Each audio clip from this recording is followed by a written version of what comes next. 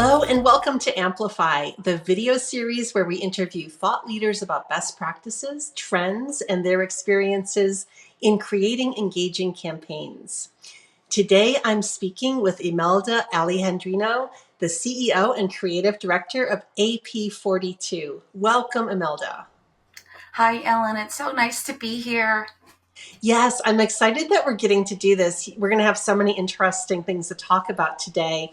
But let's start out. Why don't you just tell me about your company, AP42, and how you first became interested in the field of AR? Oh my goodness. Our interest in technology, I believe it started way back in 2007. There was always a need to figure out how to do this quicker, efficiently, and cost effectively. And technology always seems to be a good answer to that. But we got involved with AR through back in 2009, 2018, actually. And I had this opportunity with Accenture, and she wanted to do something different, something fun. So I thought this would be a great opportunity to do augmented reality. And it was so successful that said to me, there is an audience there for this. So I pursued it, and now we're doing a lot more stuff in augmented reality. Yeah, I mean, it seems like I may be wrong about this, but it kind of sounds to me like you're one of the pioneers in the space as far as marrying the technology with real life applications. Would you say that's accurate? Yeah, I think so. And augmented reality has been around for over 15 years. The difference is that it's always been an eye candy, right? And the pandemic forced everyone to use technology, and it really made it apparent. Well, has been forced to use technology that now something like this is very interesting. But you're right. I'm always at least 2 years ahead of everyone. And Accenture is still using that example that I gave them in 2019, and it's still viable for them. They're still using it. She goes, "It's the best ROI I've had." So the whole point I'm making is that AR needs to be weaved back into the business and be profitable, or at least affect the bottom line. Yeah, can you give examples of some of the ways you've been using it with your clients? You've got so many interesting applications that you've developed. Right. So, what it started out with my capabilities brochure, which is something that everyone must have. And in looking at all the different capability brochures, how do you break the clutter? And so then that's when I decided to include augmented reality in my capabilities brochure. And as you know, when you walk around the trade show, showing other supplier diversity managers what you're made of, this really stood out. It increased engagement. And since then, that was a permission to keep going. And other examples are promotional items for my company. We created printed postcards, and in the postcards, there's a QR code, and you hover over it with your camera. And when you do that, the AR blooms, which means it starts to animate and it engages you. And the best part is that it has a button that you can click after the AR occurs, and it'll direct you to a landing page. And that landing page could be your e-commerce. For us, it was more about AP42 and our capacity and capabilities with augmented reality. Again, it could be used for training, education, promotion, and increase customer engagement. I know There's you more. shared with me, More. yeah, it's like the sky's the limit. And you shared with me some examples of like, and maybe I have to say I'm not an expert in this space, so I may be giving an example that isn't an example of AR, but I believe it is when you showed me the bookstore where you're navigating through and having the experience of kind of being in a bookstore, but of course you're on your computer screen. Oh my gosh, I'm so glad you're asking this question, because now remember, the very beginning of 2000, everybody rushed to get a website. I need a website. I need a website. And then since then, it has evolved. Now, there's this thing called Web 3.0. And basically, that is taking a lot of the platforms and giving you the opportunity to be autonomous and have people come into your site and be more interactive on your homepage by clicking through. So, for example, this was something that we presented to Amazon. And basically, what we wanted to do is to create a 3D environment on their homepage. This is a web app. So instead of the typical photo and the carousel of different images going through, now you can actually interact with the product and services, whether it's a product in 3D and you're actually moving it, clicking through different aspects of it, or you can be displaying your services as well. So imagine a gallery, and in this gallery, you have these beautiful frames that you can walk through, but each frame is actually an immersive digital reality that you can interact with. So then now the goal is turning all these websites into web storefronts. And that's like the beginning of the revolution of Web 3.0. Are at the forefront of the revolution. I love that. The reason I hesitated with my own vocabulary is I was thinking, I'm like, is it AR? Is it VR? Can you give us a quick definition of what is augmented reality? You can just define it. Just to give some context, if you were around or engaged in this, remember I believe it was a Pikachu. So imagine you're looking at a room. Let's call it the retail store, and you see all these wonderful.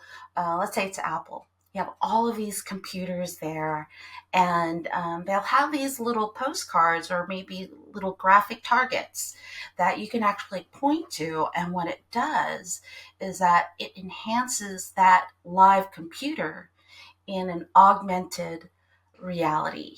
And so it could be a computer, you scan your QR code, and all of a sudden your computer, that Apple computer, comes alive. The logo can come alive. Someone can pop up and tell you about the features of the computer. So again, babies come out of the womb with a phone, and the first thing they do with a computer screen is that they want to touch it and move it. We are catering to the future of future generations on how they can interact with websites. And that is what we're looking for. And this is augmented reality. That's augmented reality. As opposed to virtual reality. Virtual reality is being immersed in, you could use a device, whether it's an Oculus, a Google Cardboard. The whole idea is that you are immersed sound, visually, tactically, and you're actually interacting through your devices in this virtual world. Now, there's another thing called virtual digital reality, and that's basically on your computer web app where it doesn't need any device except your phone. And so that's the difference between virtual and AR. One is augmenting your reality, and the other is immersing you in a virtual reality. Those are the differences. Well, whatever you call it, I'll tell you, when you showed me that website example that you described with the bookstore, the Amazon example, my first thought was, wow, the websites everybody else has today are boring. Like this is definitely the way of the future that everybody will have. I don't know the time, maybe a year, 2 years, 10 years, I don't know. But no doubt that that's where we're going. Oh, yeah, I really think so. And, early adoption is always a little slower, but I think we got to push from the pandemic. But I feel that it is going to be the future because I think it's now tied back not only to the business, but the benefits are a lot better this time for both consumer and business. Imelda, you are the creative director at AP42. And since you guys do so much work in augmented reality and this really cool tech, how is that different from being a creative director at a more traditional agency? It seems like you have all these other tools in your toolbox to play with. This is really interesting because you have to look at augmented reality, virtual reality. Those are tools, right? Um, I specialize in advertising, direct marketing, and branding. And I believe those are the three disciplines that you need in this world of augmented reality. So everything that I have done traditionally is actually applicable in terms of discipline in getting people engaged, trying to get them engaged, and following up once you engage. So those are all, traditional marketing principles. So the tool is a way um, to get them to bring attention, really. Like, I'm different and I have something to say. Do you think that, I mean, certainly it gets attention, but then does it make a more long lasting impression when people are interacting with the brand in this more immersive and deep way? Have you seen that? Oh, yes. We've been creating websites for over 30 years, it seems like. And what's interesting is that it takes 1/30th of a second to make an impression of a visitor on your website. So just imagine having something that's very different, and you have this ability to want to engage, which is very different from, oh, this is the ubiquitous functions of a website, as opposed to, wow, let me push this button. What does this look like? What would happen if I do this? So as a creative director, it's finding a creative way of delivering the message, but also keeping them engaged long enough that you're able to use that interaction to grow your business, to create your own database. Again, people are coming to you. They're not having to rely on these big platforms like LinkedIn or Facebook. Now they're coming in and they want to stay in your website. So I'm only scratching the surface of the web storefront can do, or anything that I've done. But again, same principles, just applying it to different solutions. Yeah, it's so exciting. Having seen just a teeny bit of what your capabilities are and what's coming, it's super exciting. Just to have been given a glimpse of that. What I'm curious about is you mentioned that you're 2 years ahead of the curve, at least, and so early adapter of this technology. And some of your clients have come along with you, but I'm sure that others are resistant. I'm sure that you run across people that are not quite ready to make the leap. So, how do what do you tell them? How do you get them to, jump off the cliff of we're going to embrace technology on this new level? Has that been a struggle for you, or have you, Well, kind it's of? like anything else. Like, imagine, when you're doing something new, something comes up. Somebody comes up with a solution that you're not used to. So usually the main emotion is fear. So what do you do when you quell that fear, right? You you listen to what they're trying to solve, and then what you do is that you manage their expectations. And managing their expectation means these are the benefits and these are the reasons why you're afraid of this. But then I have answers to quell those fears, right? And then from that, once I get them, once I manage their expectation, then we talk about the solution. And usually the first thing I ask is, what is your goal? Because goals can be met very differently. They may think that it's only AR, but behind that, again, it's like fishing. I'm trying to get you in, I'm trying to get you engaged. I want you to click the right buttons. And so, as long as I educate them, show them the benefits, hit them head on why they're fearful of it, and I give them the benefits and solutions and answers why they're fearful for it. And then what I do is we do an introduction, like your capabilities brochure. That's the least likely of what I call brand liability, right? Because then you have it. It's a simple engagement. It could be once they hover over it, it could be your video and you're welcoming them. Then all of a sudden they get your personality. And once they understand that, then they go, okay, let's start slowly. And then there's the second step, which is doing uh, demo, product demo on your website, probably on your product and service page. And the next thing we do is that if you're interested in creating a web storefront, then this could be the path you take. Now, the cycle of that could take either a month or it could take a whole year. Again, it has to fit with their strategy and their goals. So if somebody is asking for something and it's not an AR solution, then we go back to traditional marketing. And then we look, we start to query, why isn't it working for you? Or what are your goals? So, yes, it's like marketing 101. Well, I love that you're taking marketing 101 and marrying it with this advanced technology. It's very interesting because you are doing it with such a purpose and an intention and the strategy, which is why I believe you've been so successful. It's really, interesting to watch you and watch what you're doing.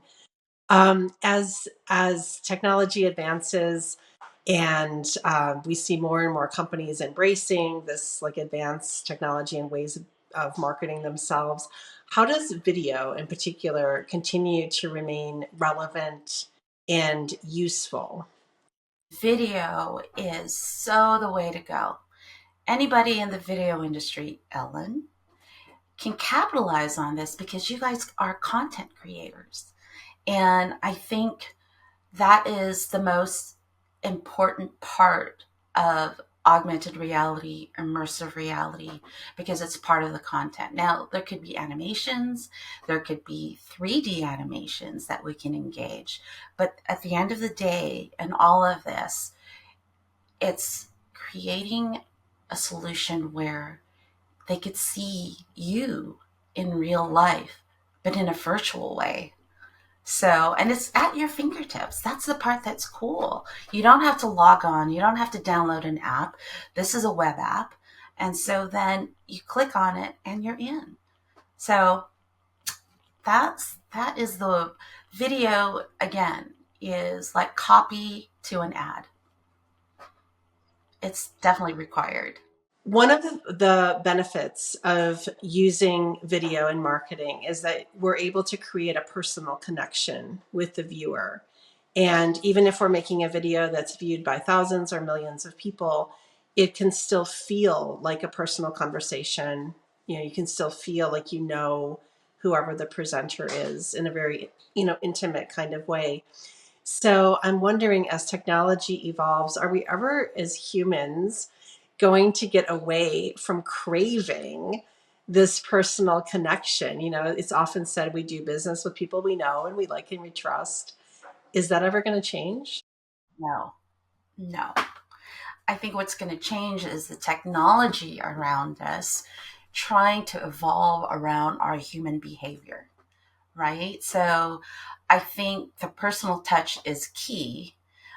Right now, from what I could observe, Teams, Zoom, that's part of the video evolution. I mean, look at what we're recording this on. This is way different from it was maybe 8 years ago. I think having a personal touch with the video, especially in B2B, and I say that with intention because it takes trust in business to business, also in consumer. And the way you trust somebody is being able to see their face, being able to see the white of their eyes. I'm not a big fan of creating avatars that may look like you or half of you. I think if I were a business meeting somebody virtually, um, I want to see who they are, what they look like. And to me, that personal connection is part of the trust. And that trust turns into a better relationship. And I think video is going to be a key component because it's the real thing. I could see the white of your eyes and I could believe you, right? And I just want to simplify the idea of metaverse. You know, metaverse is a way to connect virtually or online in a digital reality space. And again, when you connect, it's personal. You want to get to know this person. So, long answer, short answer to my long answer is it will never go away. Video is going to be key in creating that trust. Thank you for that. I totally agree with you with video creating that personal touch and being necessary as we continue to evolve our marketing and move everything forward with technology, advancing with technology.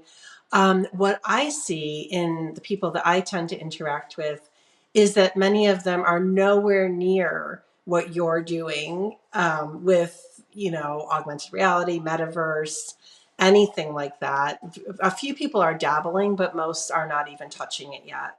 So how would you suggest they begin to, put their toe in the water and try it out? What's a good first step? Um, the first step before you start looking at examples is go into your research with a goal in mind. And when you have a goal in mind, it's like shopping now. What solution will work for me? So it could be a combination. Let's say we're doing a leads program, right? And what you want to do is you want to have some sort of, it's like fishing, right? You want to be able to cast your fishing pole into the ocean. And that's basically understanding what's going to stick, right? So if you know that head on. So sometimes augmented reality or virtual reality or everything that I do in the metaverse um, has to have some sort of portal to receive you, right? So for instance, your website could be the most simplest thing that you can start. A postcard that you use as a promotion. Yes, people are dabbling. And, if you look at early adoption, if you look at the bell curve, it does take some time. And I think how to get over that hump is showing results, showing how it could help you. And also looking for what you could afford as well. Usually what happens in early adoption, it's very, very expensive. But what we're trying to do is create a solution where it's affordable. And we just start out slowly. And then after you have that engagement, then we have to talk about, now that you have the retention, what are you going to do? Like any email marketing, you're going to have a landing page, you're going to have a form. And so what you want to do at that point is make sure that you're educating them about what you're doing. So start small, start with AR, start with your collateral, really. Start with your company collateral. That's where I would start. Even your brochure, if this is something that you send as a PDF, maybe there's a little section in there that you can ask them to scan the QR code while they're looking at it on your screen, and then something happens. So start with what you have now to be cost effective, and probably putting a product demo in one of your brochures or on your website. That's how I would get them to engage. That's great advice. And you talked a little bit about how you're bringing this world to the masses, I guess, slowly, Yeah. gradually. Do you want to talk a little bit about your platform? Yes. It's called Oggi. And it's funny, our developer called his dog Oggi. He just got his puppy about 8 months ago. So we now have a mascot. Um, Oggi is a digital reality, and it's a web app. And basically, what I've done is I've taken us out of these boxes that we're in, and I've made them portable in a 3D immersive environment on your web. And the uses are great. There's so many benefits to this. And right now, how it's being currently used is for recruiting, training.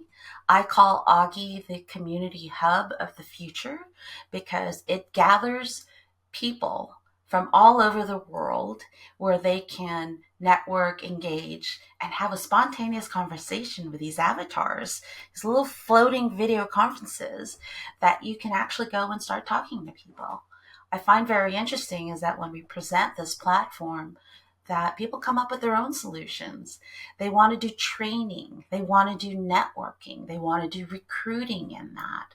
Again, imagine having a digital reality where it's a community where you can engage with each other. The best part is that these avatars mimic human behavior. So let's say there's two avatars talking to each other. When I approach them, I should probably wait till they're done talking to introduce myself. And that's how great it is because it's like being there in real life socially. And that way, having side conversations, attending webinars in this space allows you to learn more because even after the event is over, the space can be open.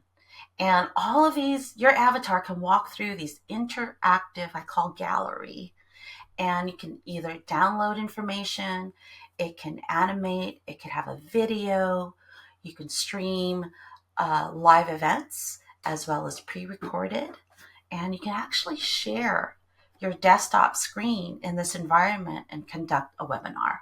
So again, it's like real life, but in a digital space. I can't wait to show you guys. Now, one thing I'm gleaning from our conversation is that's kind of interesting, is there's so much fear out there about AI taking over the world, and Chat GPT is the thing everybody's talking about now, and there's not going to be a need for humans anymore, and all of this end of the world kind of stuff. But what I'm hearing you say is that technology almost like amplifies our humanness. It allows us to still connect in a very human way, even though we're using technology. I find that really interesting. Yeah, no, that's precisely it. Again, the world is getting smaller just because we could connect with everyone. And I've heard that, they're afraid of AI. But you know what? We have the power to delete. We have the power to not accept. We have the power to say, I think I'm going to fact check this, right? And that's what we have to do all the time anyway on the internet. If you look at a subject, right, make sure you look at 10 because if three of those are common, then it's definitely something's happening about it. Start following it. Yeah, and the opportunities, I was thinking about if you went back 100 years, the most powerful people in the world wouldn't have had anything like what we have today available on our phones. They wouldn't have had the knowledge, they wouldn't have had the access, the ability to predict the weather or to order goods and services.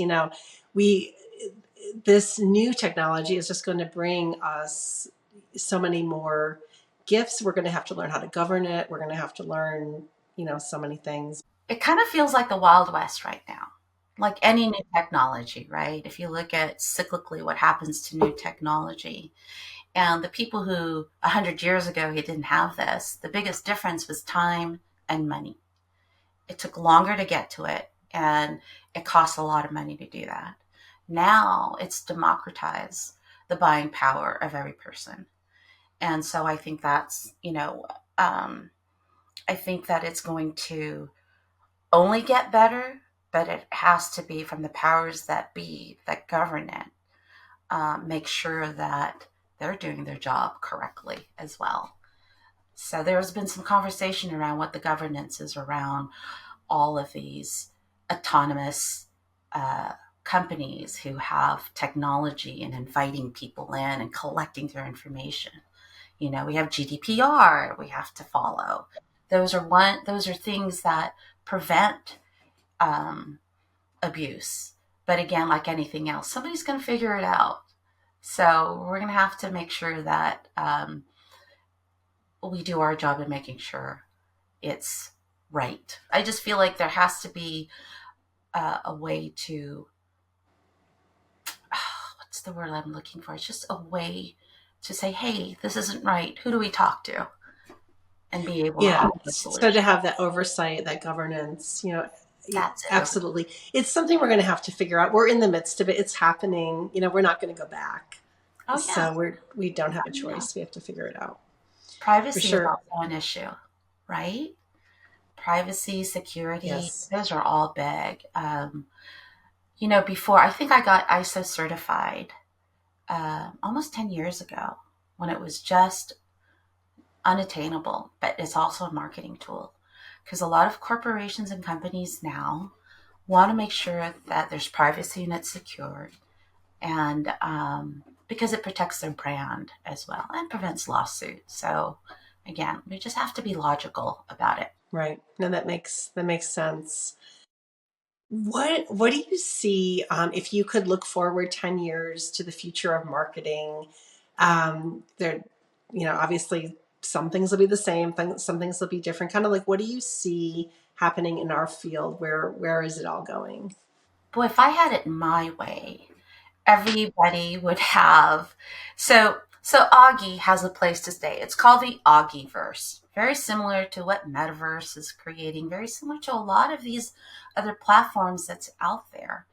But I see a a community, a digital city where people like Starbucks will have a store in every 3 blocks in this Oggiverse where people will click on it and say, okay, I want to pick up my drink or I want somebody to deliver this to me. And it's an option. It's not the end all. It's an option. So what I see is being able to have e-commerce in this virtual world, unlike before, being able to connect with people in multiple areas around the world that you couldn't have before. Just a little quick story. There was a client we worked with where they had a technology event every year in LA. And this company, parent company, is from Japan. And so we got feedback saying, I have never had the ability or the opportunity to go to LA live. But when we did the Oggiverse, like, oh, I'm so glad that I could be part of this virtually. So that was 3 years ago. Now imagine that statement where that is a benefit, not only to consumers, but to your own employees. If you're an international company, all of a sudden that communication can not be condensed, but it could be more efficient, right? But as you know, the world can move slowly. So I would imagine in 10 years, we'll probably be about 75% into what we're doing. Or it could be, we may have holograms in our hallways of our home. That would be really fantastic. Call them Jeeves or something. They could be answering the door for you, running your Roomba, telling your dog to shush. So that's kind of the future I'm looking at. I wish I could live to 100 because, man, I would love to see that happen. But again, the human factor is going to be the decider of what's going to happen or not. Yeah, well, it's so exciting to think about all the things that are coming, and they're coming fast and they're coming furious. And you may see all of that sooner than you think.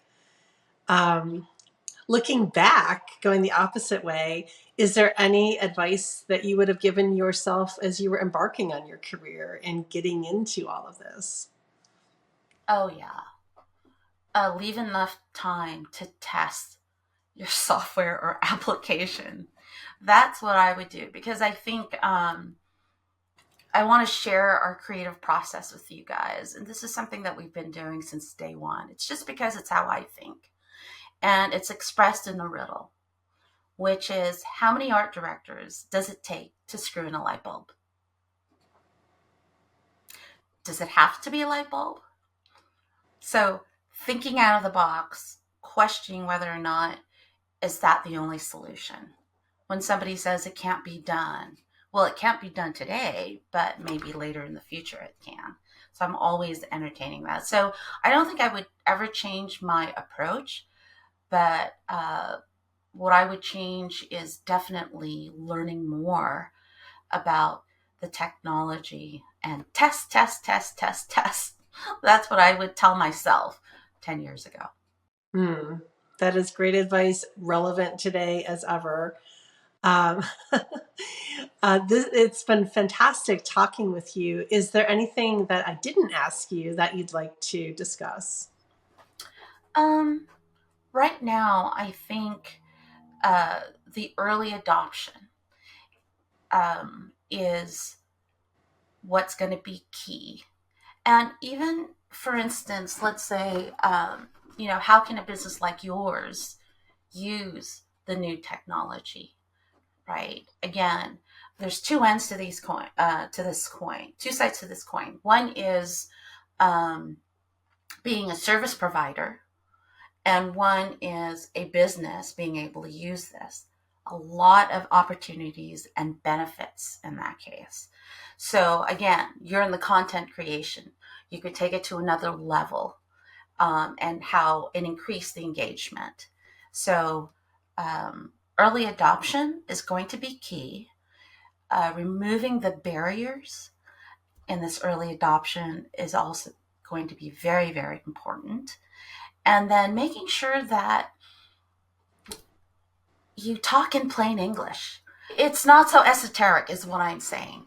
It isn't like you're going to transform into this something new. It's not clouds and thunders or anything like that. It's business as usual, basically. So early adoption, have to pay attention to talk in plain English and don't make it confusing.